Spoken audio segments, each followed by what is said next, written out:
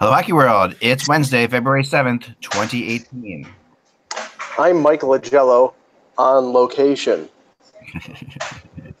Hi, I'm Peter Tessier, not on location. I'm Russ Cohen from Sportsology. Yeah, I'm just same place, same bad time. And I'm Eklund. You're watching the HockeyBuzzcast on HockeyBuzz.com. This is the podcast that comes every Monday through Friday. This time into the comings and goings of the hockey world. We might be short today, so I would just have some comments going on, but we're going to go as long as we possibly can. And here's my first news today is I think we need to talk a little bit about the Columbus Blue Jackets, who have sort of been falling pretty quickly. I was looking into this, and they have now only 3 regulation wins in their last 21 games. So that's not good. I mean, they've obviously. They're staying in there from getting points, and they're going as well as they can. But what are we thinking of this team? I mean, the concept of this team, they're a really hard team to get a grip on, and Tortorella has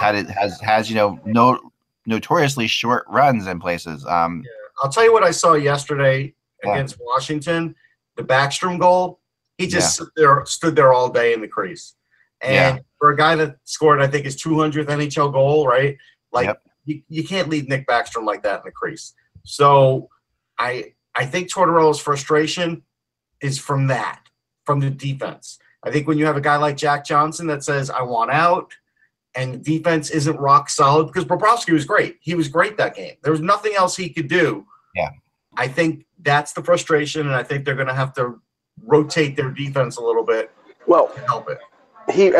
Remember, Johnson wants out because they've been talking extension for a while, and they don't want to sign him for, I guess, the length or amount that he's looking for, and with his family situation where his parents embezzled money from him, the next contract is extremely important for him. But no, I think and you saw yesterday that Tortorella didn't lose it, but was very pointed in his commentary after the game. I don't think it's the fact that they're tuning him out or anything like that, but there is something going on there. The whole Nick Foligno thing last week, where I don't know if he was benched or if he was, or they just lightened up on his ice time. But that's the team captain. When you start doing that, then that there's some internal strife going on.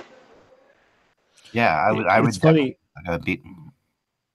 No, I was going to say, it's funny. I don't get to see a lot of Columbus games, just the way schedules and stuff work. It's just something that doesn't pop up here a lot. And if I have to, seek out games, I'm probably watching someone else that's a little more relevant to where the Jets are. But they're a team that's sort of flown under the radar in a lot of capacities this year. And, a solid team. But other than the Johnson news, it's been really quiet out of there. Yes. You don't get a lot of news from them, and that seems. And it's not that they're a some giant sort of news generator in years past, but with Tortorella there, you expect noise in some capacity. Yeah, and even when he's not making noise, that's still noise, right? Because it's counter to what we know Tort says. Right. And this is weird this year. Something just doesn't seem off. I'm sort of piling on here, but it's odd. No, it really is. And they had such a great stretch last year. They came out great again this year. Right off the bat, they look solid. They have all the makings of a really solid team. They can outwork anybody, but at times they're frustrating, and they really have. Well, the problem is, and this has been for more than a little while, and it was exacerbated by the Seth Jones, Ryan Johansson deal, is the fact that they don't score enough. And they have young talent. They do have some good offensive young players like Wenberg, like Sonny Milano, although it doesn't seem to be somebody that when he's healthy that Tortorella wants to play. That's part of the problem right there. Right. Like Pierre-Luc Dubois. So, what the only noise that's come out of Columbus has been, approaching the deadline. They're one of those teams, one of those 5 or 6 teams that's probably looking for a top 6 forward because they just don't score enough. Yeah, no, that's definitely true. And they are, they're always looking for scoring. They're always looking to add some scoring. And they've gotten some players that have been a lot better than you'd expect this year for scoring. And they've got great goaltending and they have good defense, but they don't they're not getting wins, and yet they sit in the wild card spot. You know, like it's the crazy thing about this. You can win only 3 games in regulation in your last 21 games and still sit in the wild card spot. You know. So let me ask you this: when Sonny Milano has 8 goals, the same as Cam Atkinson, only 2 behind the captain. Like, really, does he have to play a perfect, complete game at his age? Come on. Yeah. No, I'm with you. And that's part of what's hurting them on the scoring end. And Cam Atkinson scored over 30 last year. So, I mean, this is sort of coming down to earth because I never thought Cam Atkinson was a 30-goal scorer. He's a good player, and they expect more offense out of him, and they expect more offense out of Nick Foligno. But, like, when you do have young, talented offensive players who may be a little short on the defensive end of the ice, but you need to score goals. I mean, that's the same thing. The lack of goal scoring, sorry, Mike, is almost the hallmark of the John Tortorella system. I mean, it's hard to get. I remember, what was it, Vinny Prospero that time? Remember we went back and what was it, his 30th that he scored? He was celebrating on the bench and Tortorella got mad at him. I don't know how many 30-goal scorers he's had on his teams. Yeah, that's the truth, isn't it? That's really something. He hasn't had many at all. I mean, especially obviously Columbus and in New York, you know, in both places, really. And even right now, Josh Anderson's got 16 leading the team. That to me is crazy. Yeah. No, it really is. And they so heavily depend on their defense. It's just. And remember Josh Anderson's a guy who held out and because he was looking for more money. I think they only signed him to a 1-year deal. So turnaround next summer, they're going to be going through the same thing again about him wanting to make more money on a longer bridge deal. It was either a 1 or a 2-year deal. I think it was 1, but I'm not looking at Cap Central right now. If they didn't trade for Panarin, they wouldn't even be in the playoff race now. Right. Yeah, that's a very good point. It's a really good point, and that was a big trade, but made bigger by the fact that they just are not getting the secondary scoring. They've never gotten the secondary scoring, and they have to depend on so much. This is a fan base that's sort of taken for granted. I think it's a better fan base than people realize. Oh, no, it's a good fan base. I agree with you on that. It's a better fan base than people realize. You know what? Go ahead. They play their cards right. They could trade for Brandon Saad back if Chicago keeps declining the way they're going. Because Stan Bowman's going to have to do something that way too. Like he's going to have to jettison some. Yeah, I don't know if they want Brandon Saad back. I've watched him. He's not the same at the moment. I don't know. Yeah. Right now, and to bring that up, there's one of my next thing. Chicago sits in 12th place in the West. 12th place. They are, what? It could be lower, Heck. I know they could be. They're 7 points out of a playoff spot. They're behind. They've got to cross 4 teams to get even to there. To that point. I mean, it's not. They really are, and they're starting to lose. When teams are in trouble, when they start to lose touch with the teams that are actually making the playoffs. It's one thing to be in the wild card race. It's another thing to be in the top 3. Like in the East, you still have teams that, the Islanders. I mean, all of them. The Rangers, Carolina, Islanders, Columbus, Philly. They're all within striking distance of New Jersey in 3rd place. You're all looking at like 5-6 points out. Some of them are like 2 or 3 points out. But now Chicago is now 11 points behind the Blues. Which is the 3rd team in the West. So now suddenly the division, and now you're fighting for your lives in the wild card. As when we had Kevin Allen last on the show, I asked him about Chicago and if they dropped out, would they start selling? And it's like, his response was, "Who do you sell?" Because you've got that ridiculous contract with Seabrook for 6 more years at almost $7 million. Duncan Keith is a reasonable cap hit at 5.5, but I think it's till 2025 or something like that. And then you're not trading Kane and Taves. So, like, who are you getting rid of? I don't even think you're getting rid of Brandon Saad either. So they're pretty much. I'd like to be stuck with some of these players, but they're pretty much stuck with what they have, and the only guys you can move out are the ones on the periphery. Yeah, I agree completely. Meanwhile, in other crazy news, out back east, Bruins continue to play well, and now Tuukka Rask has a record now going on that's really kind of interesting. He has now tied a record with Pete Peters. I was checking this out. This is pretty funny.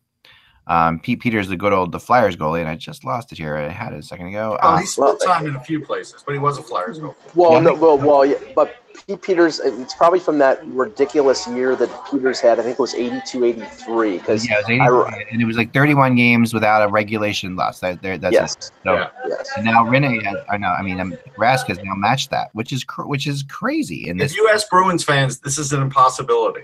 Yeah, Ty Anderson would say, now do you hate this, or do you like this guy? Because they've been hating on Tuukka Rask. No, because the first playoff goal he gives up, they're going to all be all over him again.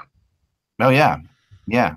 Which I don't get. I mean, this guy's a franchise goalie. He's been a franchise goalie since I've seen him in the World Juniors. I knew he was a franchise goalie. Like, I just don't understand these fans. Like, who do you think you could get that would actually be better?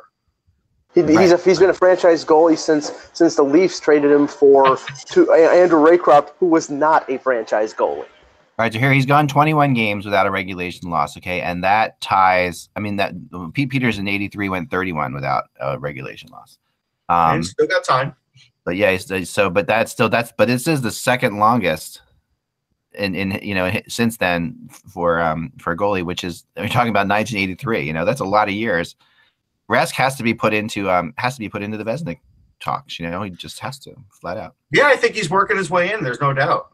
Sure, and after watching the Bruins on Saturday against the Leafs, and that's a probable first-round matchup, I mean, they were without Brad Marchand. They were, they had just gotten McAvoy back from that heart ablation procedure, and the Bruins completely dominated the Leafs, who, have won, I think, 6 of their last 8 games. So it's not a fluke. This is not a fluke. They've put things together. No, I don't think they're deep. As long as they stay healthy, and that's been a problem with guys like Backes and Krejci over the years.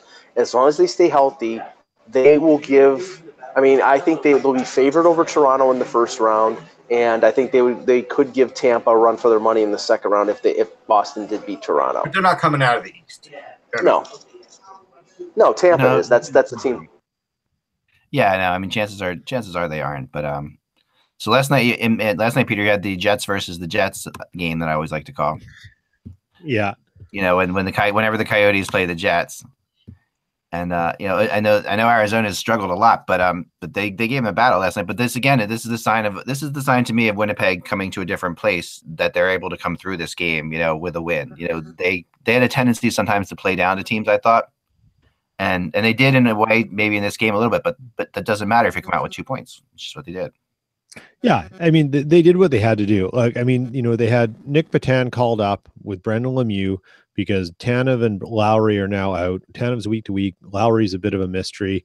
They say day to day. So essentially the Jets, and Hendricks is out. So the Jets are playing without 3 of their 4 regular centers.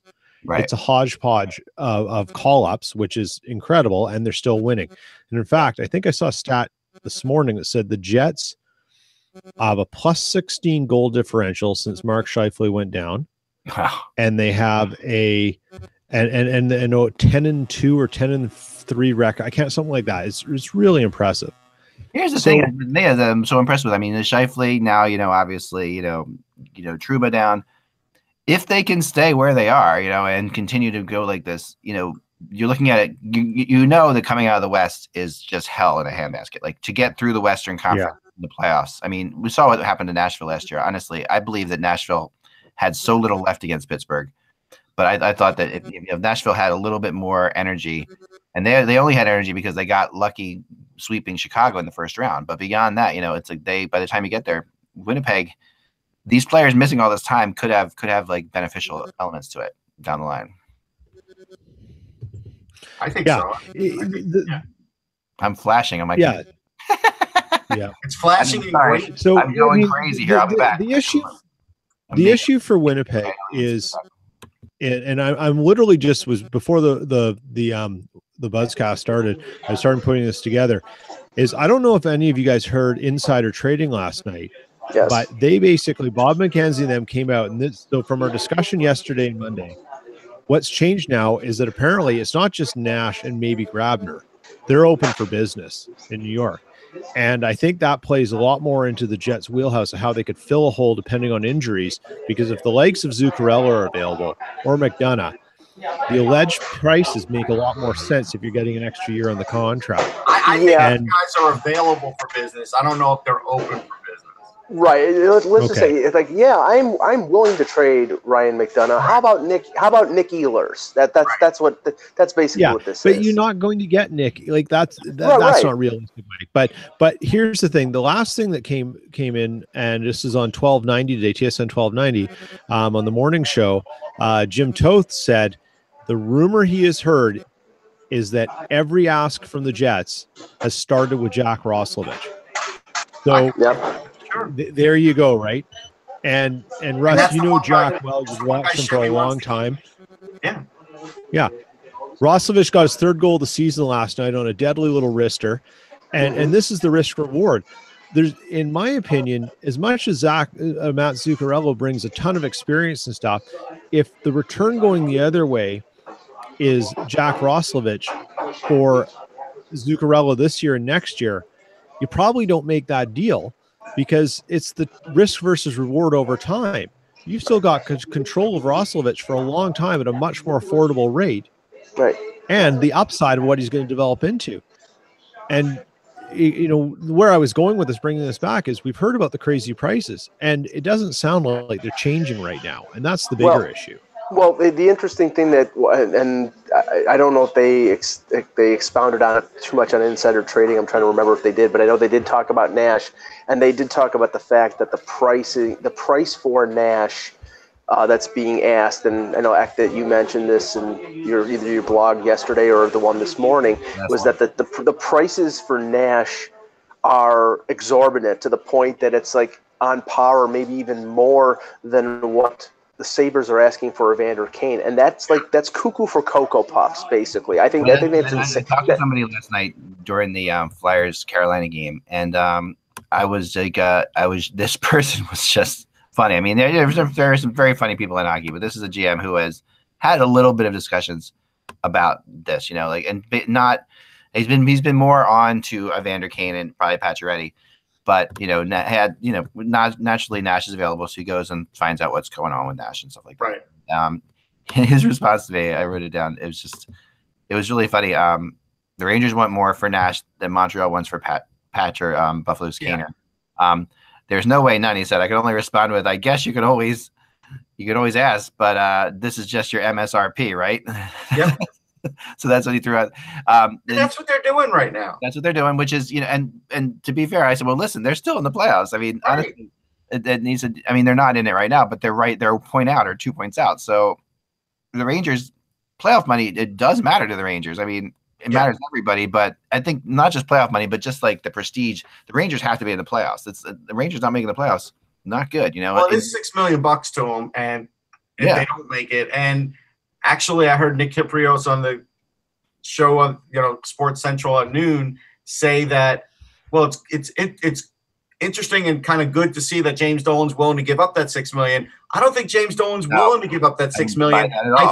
I think he's willing to trade Rick Nash if he can't make the $6 million. I think there's a big difference there. And I don't think he necessarily. Yeah, that's Rick a good Nash way of looking at it, Russ. I don't know that Rick Nash is necessarily tied to giving up a playoff spot either. I think that's another thing. Right.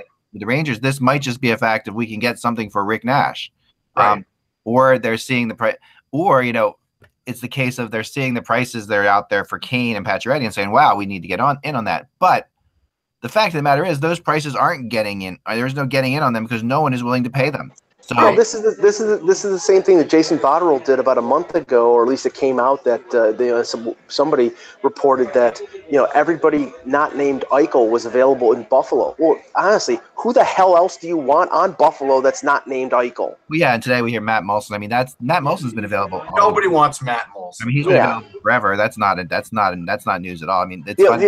This is people getting floated out there because they want to get them in the rumor mill, and it's probably coming from the. Right, and in the case of Matt Moulson, it would be beneficial for the Sabres to move him if they ate 50% of the contract, because if they buy him out at the end of this year, I think the cap hit would be spread over 4 years, and instead, if they retain salary, it would only be over the next 2, so that there is a benefit there. But and I don't know what he's been doing in the AHL. I know he got sent out west. I think it was Ontario. Of the AHL to play, I don't know what his stats are, but if he's doing well there, I mean, maybe he's a depth option, but that's $2.5 million for a depth option. It's like, that's some money that's out there. Like a guy like Grabner is making less than $2, and that's a guy who will contribute. I don't know what Matt Molson can contribute. I mean, Rick Nash is loved in. Matt Molson is a little more than a point a game in the AHL. Right, but with the Sabres, he had no points in 14 games. It's very different, and I mean, I don't think that. I mean, the Nash news is actual news, and it is going on out there. And there are definitely people. I think. I mean, Nash started his career. He was very good for Team Canada and the juniors, right? And he was very good. He had an incredible. Didn't he win the Toronto Marlboros or one of those teams have like an unbelievable? No, he was with the London Knights. But before that, I think he was with the Marlboros. Oh, he may have been with the Marlboros before. He put up like 3 points per game with them or something. Some crazy number like that. It's not the same Rick Nash, but I will say this. He's still a terrific player. It's just that if you're not getting scoring out of him, he does all those other things. There's no question about it. And there is a lot of potential what you could do with him. But at the end of the day, nobody's giving up their best prospect for him. Yeah. Well, and that's Russ and I discussed before the show. It's like, the cost that the Rangers are, or the price that the Rangers are looking for, which they won't get for Nash, is probably in the neighborhood of what the Leafs would be looking for JVR if they put him on the market. Like they're not going to, like if they're going to talk with St. Louis and St. Louis wants and James Van Riemsdyk is out there, Lou Lamoriello is going to want Jordan Kyrou, or he's going to want their best defensive prospect. If he's talking to Nashville, he's going to want Dante Fabro. Otherwise, they're not trading JVR. I just got the funniest thing on my phone, guys. This is just to throw this out there just briefly. It's just like Senators reach a deal, and the first thing that comes to my mind of this is like, oh, the Senators make a deal. Sorry, Senators make a deal. And then I read into it. It says Senate reaches budget agreement that includes, and I'm like, what? Wait, that's big news in my house. Somebody in my house. Senators make a deal. Hold on. The U.S. Senate. Somebody in my house works for the government. That is big news in my house. Really big news. And but I'm just like, Senators make a deal is the first thing I see coming out, in my notifications, and then I look into it. And it's good. L'chaim. Yeah, they're trading Alex Burrows to an insane asylum. That's what they're doing. So let's talk about Alex Burrows. Before we do that, one more thought.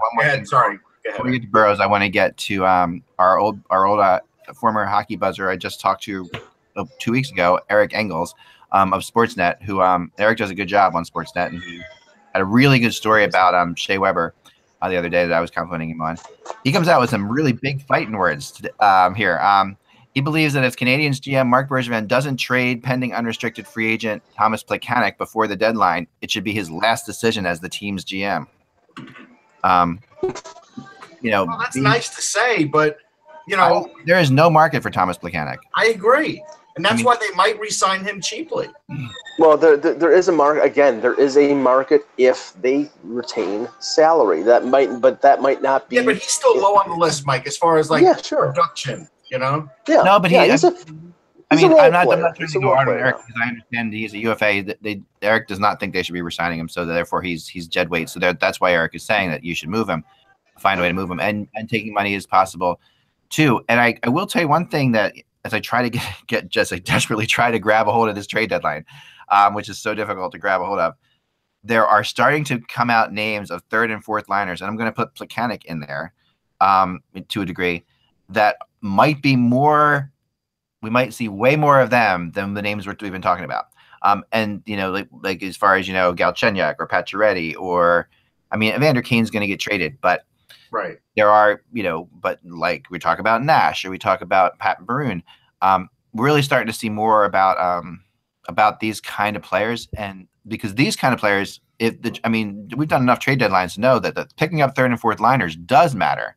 It has mattered a lot. I want to throw a name in the mix, because I'm not sure Buffalo is 100% keen on keeping this player, and that's Ryan O'Reilly. How do we know that they're etched in stone keeping Ryan O'Reilly? That is not a Botterill guy. I have talked to people 100%, and they tell me flat out that there's no way in hell they move Ryan O'Reilly. Now, I did report a rumor about Ryan O'Reilly not too long ago, but it was involving, a big time. It was a big time trade. It was not small potatoes. I was immediately debunked by several people in Buffalo who told me, that I must have got my information from the other side of things because Ryan O'Reilly was not going anywhere at all.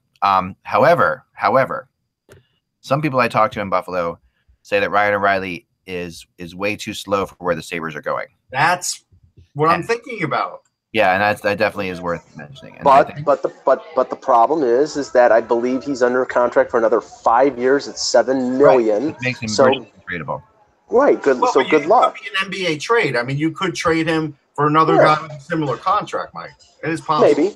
Maybe, but there are not that many bad contracts out there. I think Ryan O'Reilly is still.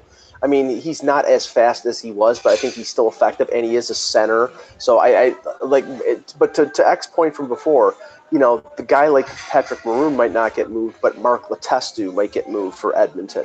A guy like Pacioretty might not get moved for Montreal, but Plekanec might be the one. With the Sabres, we know Kane's getting moved, but a guy like Benoit Pouliot, who has played playoff hockey with the Rangers and with the Oilers. I mean, there's another guy. And I've heard Bogosian as well. And I know he's injury battle. He's out for the year. He's out for the year. Okay, I didn't realize it was for the whole year because I was here. Okay, that makes.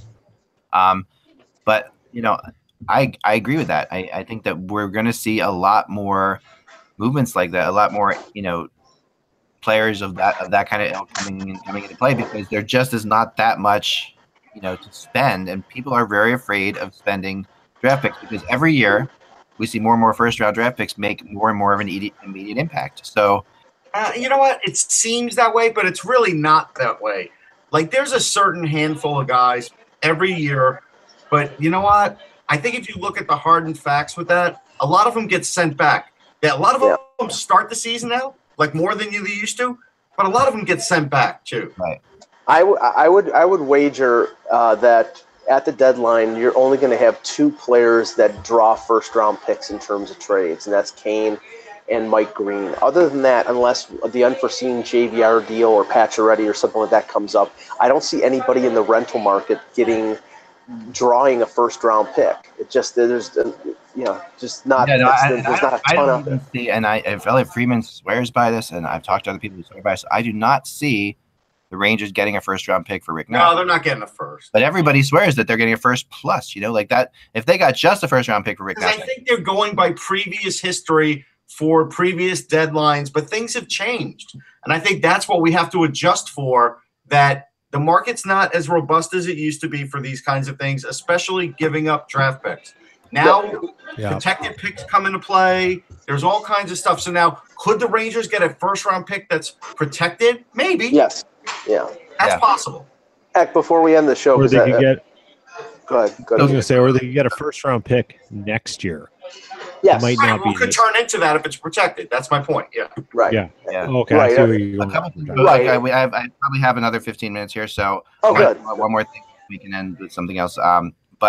So a little bit about Carolina and Philadelphia last night, which was a really important game for both teams, and there was two things about it that made me crazy. One, it's the frigging loser point concept that we're seeing, where teams are not playing from midway through the second period on. And it's like when you get two teams that are this close in the standings, they'd rather just get 1 point than let the other team get two. They don't want to make a mistake. So you see hockey, and this is I will fight it every year. We'll talk about it all the time. This is where I desperately think the NHL needs 3 points for a regulation win, and I've talked about it over and over and over again. It would make the standings way more interesting right now, but we're not going to see it yet because the NHL is afraid that if they do that, the good teams will all rise to the top, which I think is what should happen. But that's the idea. But I think the 3 points for regulation win, that last night we never needed it more because it got incredibly boring to watch the second half of that Flyers Carolina game. And I agree with that. It was incredibly boring. But I was going to say, but the biggest thing you could take out of that game for the Carolina side, and I thought Cam Ward had a good game. Look, they still don't have rock solid goaltending, so that's still ultimately a problem for them. And their defense is good, though. I mean, Carolina's defense was really good. Like a crazy star that no one seems to think about is Sebastian Aho. Like he is just. No, Aho is amazing. His abilities, I mean, right now he has, and he started off this year struggling, if you remember. Like he actually came out of the gate struggling, which is astonishing because right now he's got 40 points in 50 games. Yeah, no, he's great. Which matches his total for the entire last year. And he is crazy talented. Well, speaking of the Hurricanes, because just before the show, I was reading Elliot Friedman's 31 Thoughts, and one of the things that he pondered was a deal between the Hurricanes and the Red Wings of Justin Falk for Athanasiou. And that's too lopsided. There's no way they give up Falk for that. Right. I mean, Justin but that was in Carolina is not what you think it is, Russ. I mean, I agree with you on that. No. Listen, we talked about Falk not having a good year for weeks here, but still better than Athanasiou as far as value. I don't, but Athanasiou might be the best player on Detroit right now. I mean, to be honest, he's been that good at times. Right, but the problem is if you look at the structure of the Hurricanes right now, I mean, they're okay. They're pretty good on the wings. They're weak up the middle, and I don't see you trading. I mean, he's a veteran defenseman, but he's not exactly old. He's under contract. His cap hit is reasonable. I don't see them trading Justin Falk for another speedy, talented winger. They need a center. So if Athanasiou would be the centerpiece of that deal, I'm sure there's going to be a draft pick involved as well, or some other prospect. But being the best guy on a bad team doesn't excite me either. Yeah. Right. And we know that pro Athanasiou. I just think I agree. I agree with you on that. But obviously the guy is crazy talented, the whole thing of that's Athanasiou. We're happy to see. But he doesn't play a 200-foot game, and I'm not trading a defenseman for a guy who doesn't play a 200. He doesn't play a 200-point game, but I mean, I don't know. You want him to play a 200-foot game? I mean, it's not. No, I don't want him to. I'm just not giving a guy who could be a potential top power play for a guy who doesn't play a 200-foot game. That's my point. Yeah. You want one of my lesser defensemen, I'll make that deal. And by lesser, I mean, look, Carolina's got some great defensemen. That, like I said, that defense, and for people that want to rip on Hannafin was great in that game. Yeah. He was terrific. Well, one other thing there's no GM who doesn't want a shot at Hannafin if he becomes available. Oh, yeah. You can micro, right? Like, there's a lineup. He's really good, and in that Flyers Carolina game, last thing I want to mention is how good Travis Konechny is getting, which is like really pretty crazy. Like he is, his speed and his, I mean, my daughter who's been like crazy with school, hasn't watched that many Flyers games this year. I sat down to watch the game with her last night, and she's like, geez, like Konechny's the fastest guy on the ice. He's just his ability, to make things happen. I mean, he is so much that we've talked about before. The player in Montreal, who number 11 in Montreal, reminds me of him other time. Not 11. Gallagher, not Koivu. Gallagher. Sorry, not number 11. Brendan Gallagher. He's so much Gallagher, but I think he's better than Gallagher. But a little bit as far as scoring goes. Yeah. I will say this, I don't think he's gotten better this season. I think he's finally with the right players, the same way Nolan Patrick's finally with the right players. And Nolan Patrick made some amazing plays last night too. And Nolan, there's an issue with Nolan Patrick, and have you noticed this when he plays with Voracek? Voracek seems to want to pass the puck away all the time when Nolan Patrick passes him the puck. It's interesting, with Giroux, Voracek would shoot. With Patrick, for whatever reason, Voracek's not shooting. He's trying to pass it back to him or pass it off. There was a 3-on-1 last night where Patrick set up Voracek perfectly between the circles, and Voracek passed it off to the side. And it was happening over and over again. Patrick is coming into his own too. I mean, there's. But again, it's only because he's playing with Simmons and Voracek. If he was still buried on the third or fourth line, he wouldn't be. Oh yeah, no, there's no question. And I think that.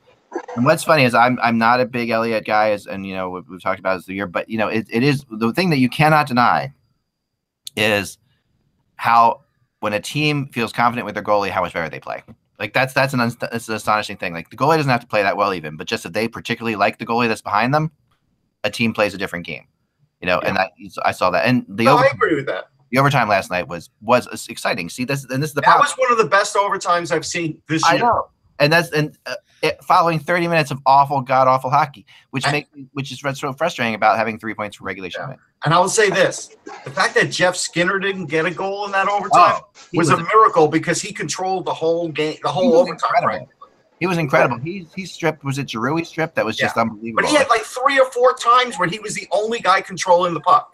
It was amazing. Yeah. They got really crazy win, but go on, Mike. You can. I've been cutting you off for your point. Go ahead. No. I was gonna sort of try to transition to your blog today because you had a couple interesting rumors regarding the Leafs and some defensemen.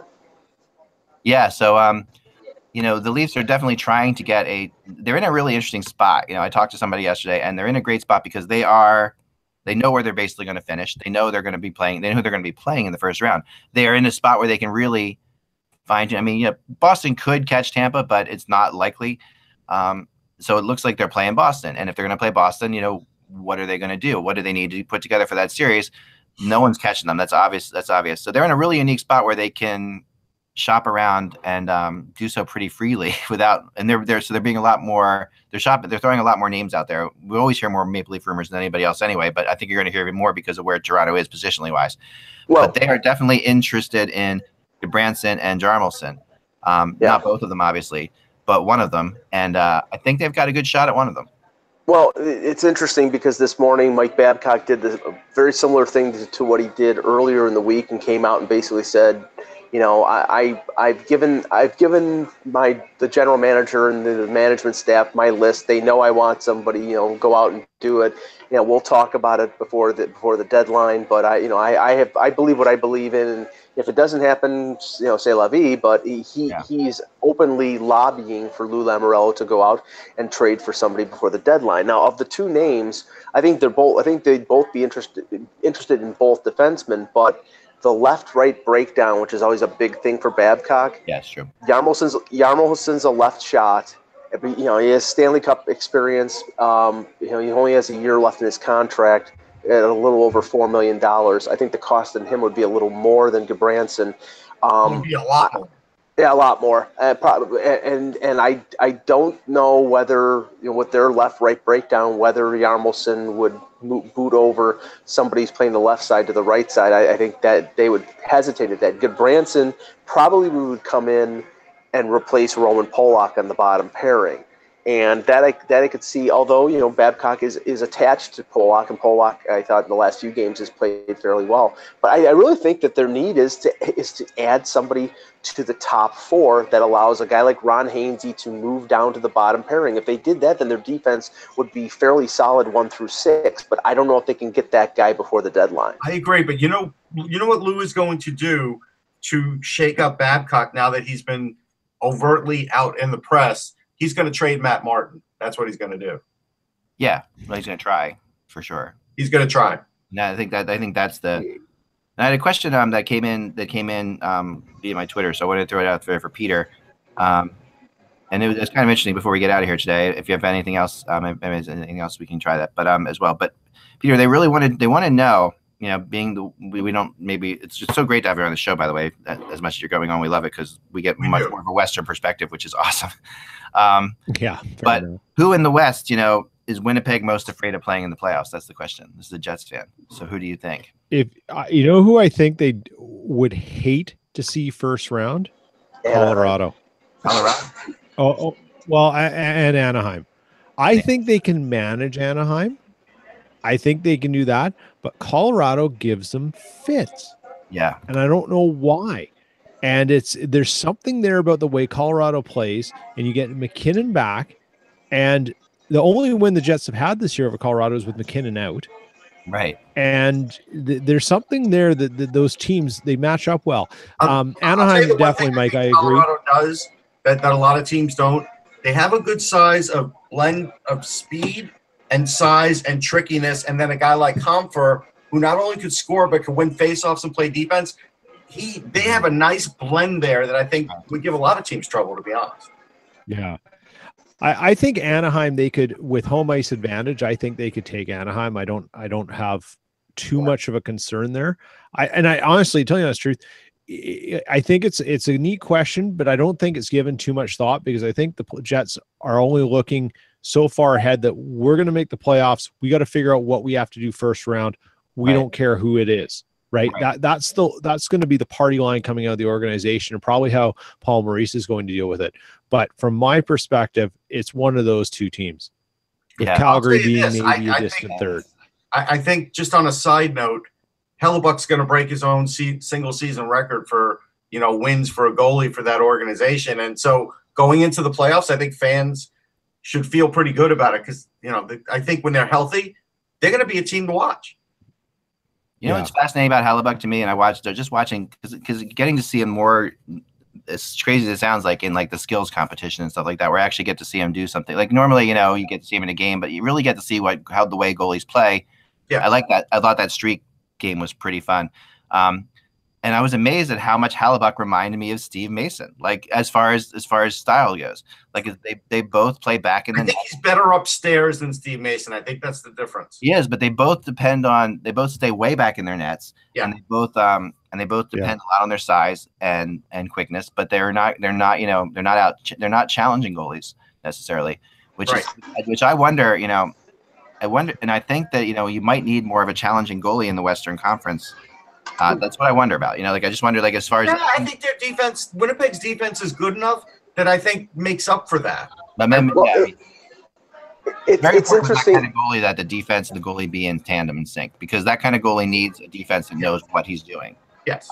Because if you do that, what a goalie like this does really well is it helps eliminate the cross passes, to a degree, because if you're back further in the net, you don't have to move as far to cut off a cross pass.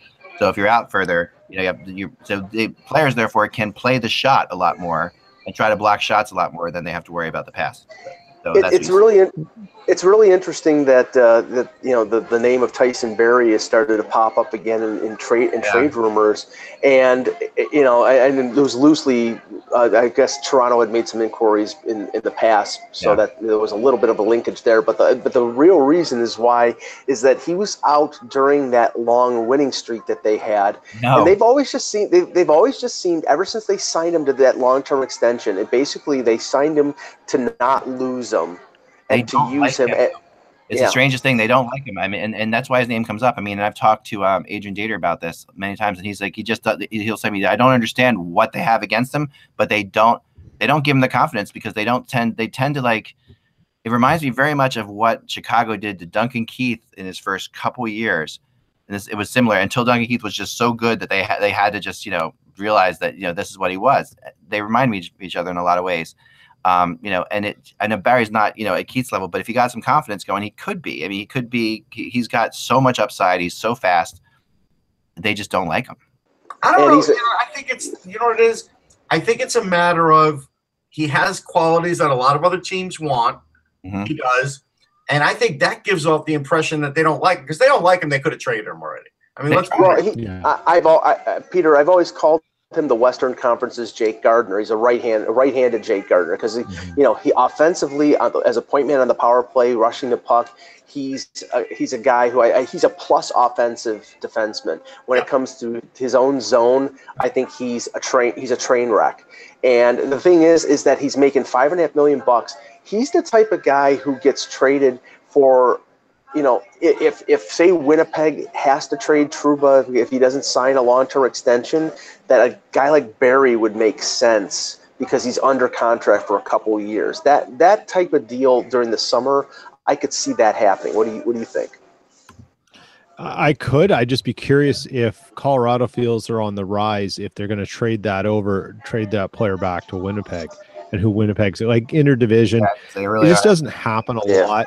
I mean, but the funny thing is, though, for years, Calgary and Colorado have always made deals together. So, it does happen. It's just, it takes a very sort of special kind of sort of relationship or scenario between two teams that see not each other as a threat, but helping each other. He does kind of fit that thing.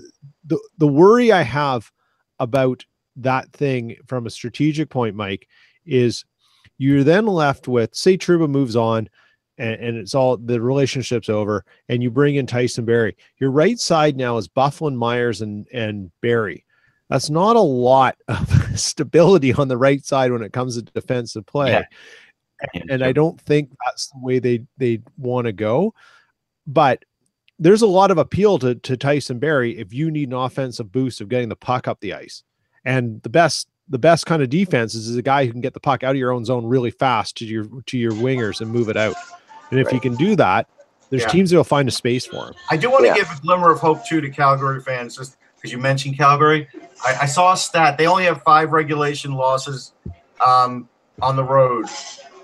And they only have 5 regulation losses, period. And to me, like, getting aside, because they probably lose a lot of games in the shootout and OT, Mike. Yeah. And so there was a list, and they were the top of the list. And I always think this time of the year, I'm looking at teams that can play well in regulation. The ones that are getting these points, like Ek talked about earlier, in the skills competition, don't help you in the playoffs. Yeah, no, that's true. No, that's true. Tonight, a couple big games on tap. You're going to be at one, Mike. You're up there in Toronto right now. Predators come to town. My favorite team to watch. I love the Predators. So you're in for a treat there for sure. And there's a lot of interesting players. This is going to be a great game. I think these are two teams that match up really well together. They play similar games. Yeah, well, after that wide open, it's funny because you didn't expect a wide open game between the Leafs and Ducks on Monday, and it ended up being 6 goals in the second period and a 7-4 Leaf win. I think tonight you expect an offensive game, and it's going to end up 2-1. I mean, Rene's playing. Yeah. Anderson bounced back after being knocked out of the game from a Corey Perry skate to the head, excuse me. And, I mean, it should be exciting, but I think what's going to end up happening is that, Nashville is going to probably put, Yossi and Ekholm against Matthews and try to shut Matthews down. And if they're successful, then the other two lines of the Leafs are going to have to pick up the slack. And if they aren't successful, like Anaheim wasn't on Monday, Matthews scored 2 goals and an assist. It's right now, that Matthews line is the key for the Leafs winning or losing. Watch Kevin Fiala, though. He's up to 17. He's up to 17 goals. Pekka Rinne's 8-0 in his last 8 games, 2 shutouts, .932 save percentage in that period of time too. It's going to be a tough game. It's going to be a good game. A really tough game. And one last thing before we go today, by popular demand. Here we go. Ready? The NHL Draft Lottery Simulator. Ooh, it's back. All right. As we get down to the end here, we're going to keep track, Mike. So I know you do a good job of keeping track for us. Okay. So we'll pick our first one today. And here we go. The winner is the LA Kings. The LA Kings. Wow. Rasmus Dahlin with Drew Doughty. That's the worst case scenario for the NHL, giving the Kings Rasmus Dahlin. Yeah, why do you say that, Mike? I mean, Russ. Well, because they have Jonathan Quick, they have Drew Doughty. You figure it out. Okay. I'm just kidding, but I'm just saying. Yeah. How long do they have Drew Doughty, though, right? Listen, I think they get Dahlin, they're going to keep Doughty. Yeah. Until he signs, Doughty will stay. Yeah, until he signs with Toronto in 2019. Yeah, sure. Right. They have a really big game tonight. They've got to get back on track, and they've got Edmonton. So, and this, of course, is even bigger for Edmonton. But this is the Kings are they're now there's 4 teams facing between them and their playoff spot right now. So they're in a spot. They have to win. Edmonton playing a big game. Is this for the lottery or? What would the NHL's what would the league wide response be if the Edmonton Oilers won the draft lottery again? I think the fan response would be insufferable, and it would just be crazy on the internet. As far as the league, I think they probably shrug their shoulders, but they might think about resetting the draft once again if it happens. Though that could happen. I think the league. Oh, go ahead, Peter. No, I was just going to say, I think you're right, Russ. I think if the Oilers won the draft again, there would be some GMs and owners who would like to say, we need to look at this again. This is just too much. Yeah. And especially since we're subsidizing this. And eventually you're going to add another team. I could see them changing it a bit. I really don't think there's anything wrong with saying a team can't win it 2 years in a row. Like I really don't. Right? There's nothing for, or 2 out of 3 or something. Like you can't, there needs to be something, I think, Mike, because you're right. I mean, there's nothing wrong with that. I mean, we know that people who yell fix. We know how much the NHL wanted Connor McDavid in Toronto, and the fact that Connor McDavid's in Edmonton is saying, and I'm going to go green again, I guess. So, hey. You were like the Hulk. I know. So this is what happens when we didn't mention Burrows. We should mention quickly. I'm going to just say this. I think he should get 10 games for every knee, and I would kick him out for the rest of the year. The fact that he's kneeing a guy to a head is despicable, but he's going to get like 6 games, and I'm going to just laugh at that because it's horrible. But why do we expect anything different? It's Alex Burrows. He's a freaking predator. He's been this his entire career. Yeah, maybe. I mean, I don't know. I'm going to go out green, I guess, here. But, yeah, you know what? Apparently, away from the ice, he's a really nice guy. Oh, great. That's fantastic. Yeah, I've heard that. Sure Taylor You know what? Hall The NHL is littered with consummate losers like Burrows. It's just that they mask it with other things. And, you know, Burrows, the thing that is so sad about him is that he probably doesn't have to do what he does, but he'll do it anyways. And that's the part that is sort of really depressing about him, is that he doesn't need to be that kind of guy, and he is. And, you know, he'll get, Russ, I think you're right. I think he'll get 6 games. He should get more. He's a repeat offender. He's violated common decency for far too long. But 6 games, and there you go. I was speaking to Rob Simpson at the game at the morning skate, and I said I predicted 8 games. I think he's going to get more than just the minimum of the in-person hearing, because he already got fined this year for something else. So, and he's just, you know, this is the kind of stuff they have to curb. It's just dumb. It's just really stupid and dirty. You can't give him enough games. I wish the commissioner would suspend him and make the PA challenge him and say, well, you can't do this, and let him say, listen, we want these kinds of headshots out of the game. The guy was already down, and the refs couldn't get to him. So what do? You knee him to the head a couple times. Come on. So apparently Google is slowly dying, but all of our images are now gone. Hey, but I saw your picture, and it says store up to 1 million photos. I decided to throw a photo of there you go. I like that. What's this? This is at the National Predators rally to save the Predators. How many? Anyway, this is like the first time I was photographed to freak my wife out that I was on the internet. And I'm like, it's okay, we'll do it. All right. Remember, without the buzz, it's just hockey. Talk to you tomorrow. That's great. Oh, that's funny.